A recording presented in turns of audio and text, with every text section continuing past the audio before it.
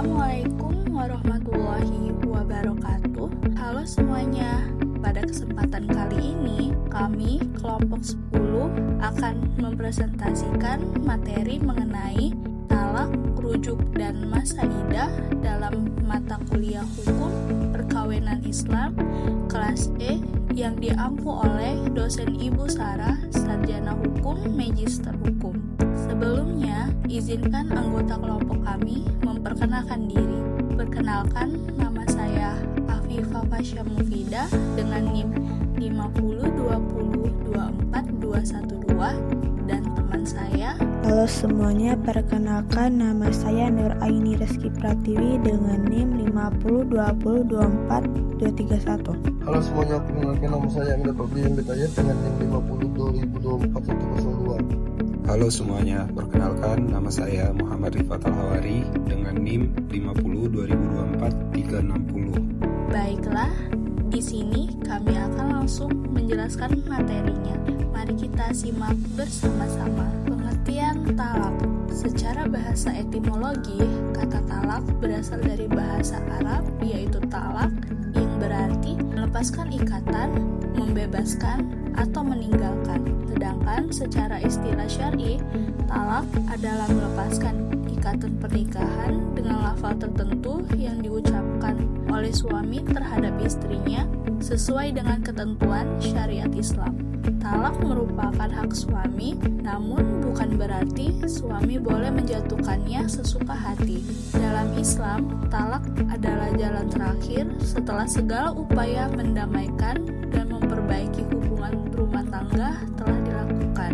Artinya, talak memang halal, tetapi Allah tidak menyukainya karena memutuskan hubungan suci antara suami dan istri. Selanjutnya, dasar hukum talak. 1. Al-Quran, Surat Al-Baqarah ayat 229, artinya talak yang dapat dirujuki 2 kali, setelah itu boleh rujuk dengan cara yang makruh atau menceraikan dengan cara yang baik. Dan surat At-Talaq ayat 1, artinya, hai Nabi, apabila kamu menceraikan istri-istrimu, maka hendaklah kamu ceraikan mereka pada waktu mereka dapat menghadapi idahnya yang wajar. 2. Hadis Nabi SAW.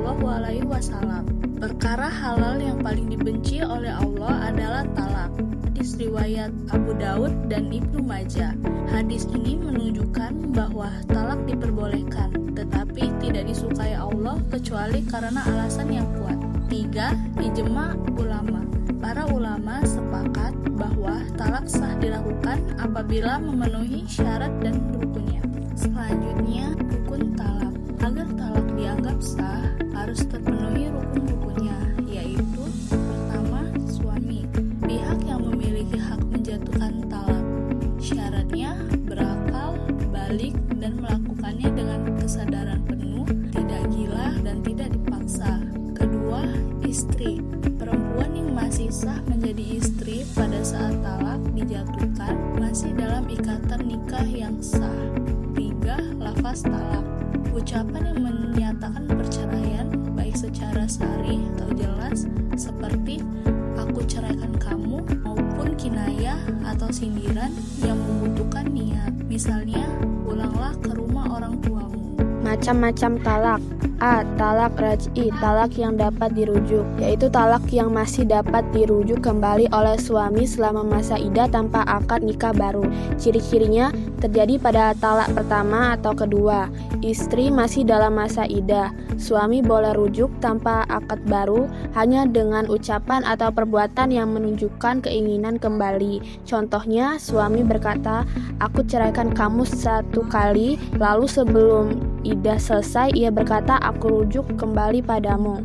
B. Talak bain, talak yang tidak dapat dirujuk langsung, yaitu talak yang tidak dapat dirujuk kembali secara langsung. Jika ingin bersatu kembali, maka harus dengan adanya akad nikah baru. Tata bain dibagi menjadi 2 jenis. 1. Talak bain sukro atau kecil, terjadi dalam kondisi talak sebelum terjadinya hubungan suami istri. Talak dengan khulu, permintaan cerai dari istri dengan tebusan.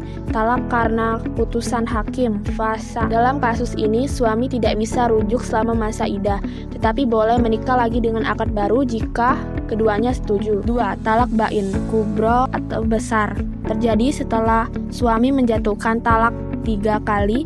Dalam hal ini suami tidak boleh rujuk atau menikah lagi dengan istrinya kecuali istri sudah menikah dengan laki-laki lain, kemudian bercerai secara sah dan selesai masa iddahnya. Syarat-syarat sah talak. Talak dianggap sah apabila memenuhi syarat-syarat berikut. 1. Dijatuhkan oleh suami yang sadar dan tidak dipaksa. 2. Talak dilakukan pada waktu yang diperbolehkan, yaitu ketika istri dalam keadaan suci dan belum digauli pada masa suci tersebut. 3. Istri masih dalam pernikahan yang sah. 4. Lafaz talak diucapkan dengan jelas atau dengan niat yang benar. Waktu talak yang dilarang. Islam melarang menjatuhkan talak pada waktu tertentu agar tidak menzalimi istri, yaitu 1. Ketika istri sedang haid, 2. Ketika istri dalam masa nifas setelah melahirkan, 3. Saat istri dalam keadaan suci tetapi baru digauli pada masa suci tersebut. Adab atau tata cara talak. Sebelum menjatuhkan talak, suami wajib berusaha mendamaikan diri dengan istri. Jika perselisihan tetap terjadi, maka melibatkan keluarga kedua belah pihak untuk menjadi penengah. Lihat Quran Surat An-Nisa ayat ke-35. Talak dijatuhkan pada waktu suci dan belum digauli dalam masa suci tersebut. Ucapkan dengan tenang dan tanpa amarah serta hindari menghina istri. Pengertian rujuk. Secara bahasa, rujuk berarti kembali. Secara istilah, rujuk adalah kembalinya suami kepada istrinya yang telah ditalak 1 atau 2 kali dalam kurung talak roja'i selama masih dalam masa iddah tanpa akan nikah baru. Dalilnya Quran Surat Al-Baqarah ayat 228. Dan para suami berhak merujukinya dalam masa iddah itu jika mereka bermaksud untuk mengadakan perbaikan. Cara melakukan rujuk. Rujuk bisa dilakukan dengan ucapan atau perbuatan. Misalnya, ucapan "Aku rujuk kembali padamu" atau "Aku kembali padamu sebagai istri". Perbuatan, kembali menggauli istrinya dengan niat rujuk. Disunahkan menghadirkan 2 saksi agar tidak terjadi perselisihan di kemudian hari. Jika masa iddah sudah habis, maka rujuk tidak sah. Suami harus menikahi ulang dengan akad baru. Hukum rujuk dibolehkan dalam kurung mubah bila dilakukan untuk memperbaiki hubungan. Makruh bila hanya karena hawa nafsu tanpa niat membangun rumah tangga.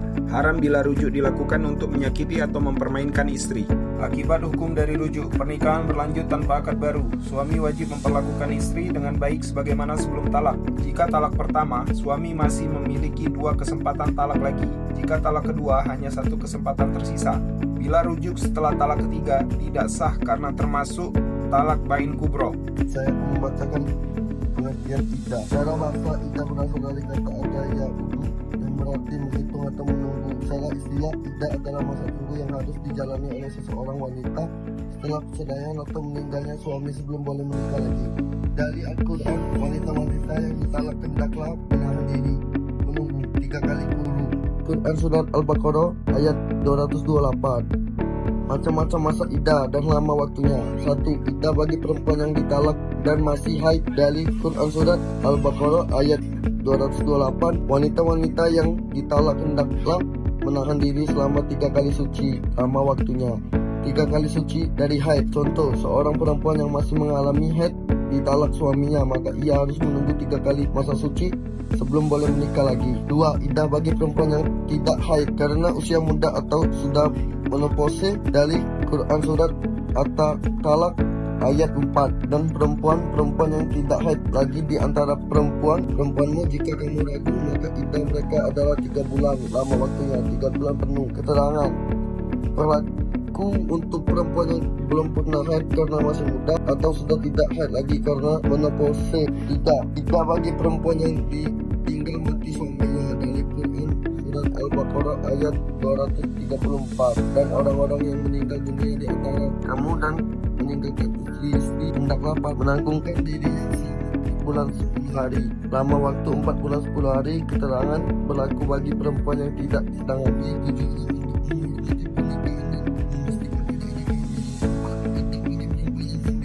Quran Surat At-Talaq ayat 4, dan perempuan-perempuan yang hamil waktu iddah mereka adalah sampai melahirkan kandungannya. Lama waktunya sampai melahirkan anak. Keterangan berlaku bagi perempuan yang dicerai atau ditinggal mati suaminya dalam keadaan hamil. Jika melahirkan 1 hari setelah perceraian, maka iddahnya selesai saat itu juga. 5. Iddah bagi perempuan yang belum pernah gauli.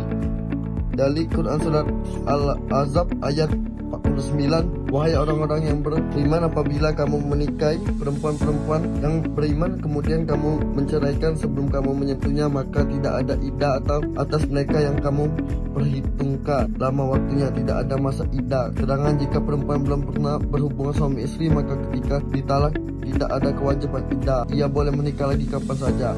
Aturan selama masa iddah: wanita tidak boleh menikah dengan pria lain selama iddah, tidak boleh dilamar secara terang-terangan kecuali dengan sindiran halus. Bagi janda yang ditinggal mati, wajib tetap tinggal di rumah suaminya, terutama bagi yang menjalani iddah talak raji atau iddah karena kematian suami. Dilarang berhias berlebihan bagi wanita yang sedang dalam iddah wafat suami. Hak dan kewajiban masa iddah: jika talak raji, suami masih wajib menafkahi dan menyediakan tempat tinggal. Jika talak bain, suami tidak wajib memberi nafkah kecuali jika istri hamil. Jika iddah karena kematian suami, seluruh nafkah berasal dari harta peninggalan atau warisan. Selanjutnya, tujuan dan hikmah iddah. 1. Mengetahui ada tidaknya kehamilan untuk menjaga kejelasan nasab anak. 2. Memberi kesempatan bagi suami istri untuk berpikir dan merujuk. 3. Menghormati ikatan pernikahan yang telah terjalin. 4. Mencegah kekacauan nasab bila wanita menikah lagi terlalu cepat. 5. Sebagai ibadah dan bentuk ketaatan kepada Allah. Jadi kesimpulannya, talak adalah pernyataan suami untuk menceraikan istrinya dengan lafaz tertentu sesuai syariat. Rujuk adalah kembalinya suami kepada istrinya yang telah ditalak 1 atau 2 kali selama masa iddah. Iddah adalah masa tunggu bagi wanita setelah perceraian atau ditinggal mati suaminya sebelum boleh menikah lagi. Ketiganya merupakan aturan syariat Islam yang bertujuan menjaga kehormatan, kejelasan nasab, dan keadilan dalam kehidupan rumah tangga. Demikianlah presentasi dari kelompok kami mengenai talak, rujuk, dan masa iddah. Semoga apa yang kami sampaikan dapat bermanfaat dan menambah wawasan kita semua. Kami mohon maaf apabila ada kekurangan dalam penyampaian. Terima kasih atas perhatian dan kerjasamanya. Wassalamualaikum warahmatullahi wabarakatuh.